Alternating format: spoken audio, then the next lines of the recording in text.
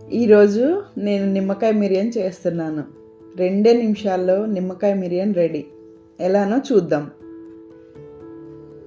ఇక్కడ నేను 3 నిమ్మకాయలను కట్ చేసి ఒక బౌల్లోకి రసం తీసుకున్నాను.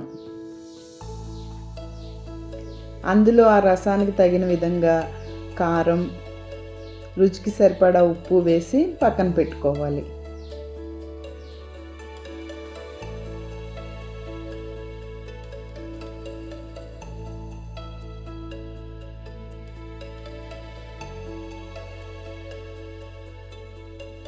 పొయ్యి మీద పోపు గంట పెట్టి 6-7 చెంచాల నూనె వేసి పోపు గింజలు, ఎండుమిర్చి, ఇంగువ, కరివేపాకు ఒకదాని తర్వాత ఒకటి వేసి పోపు వేగాక పక్కన పెట్టిన నిమ్మకాయ మిరియంలో వేసి కలపాలి. చివరిగా 1 చెంచా మెంతిపిండి వేసి కలుపుకోవాలి. అంతే, ఇన్స్టెంట్గా నిమ్మకాయ మిరియం రెడీ.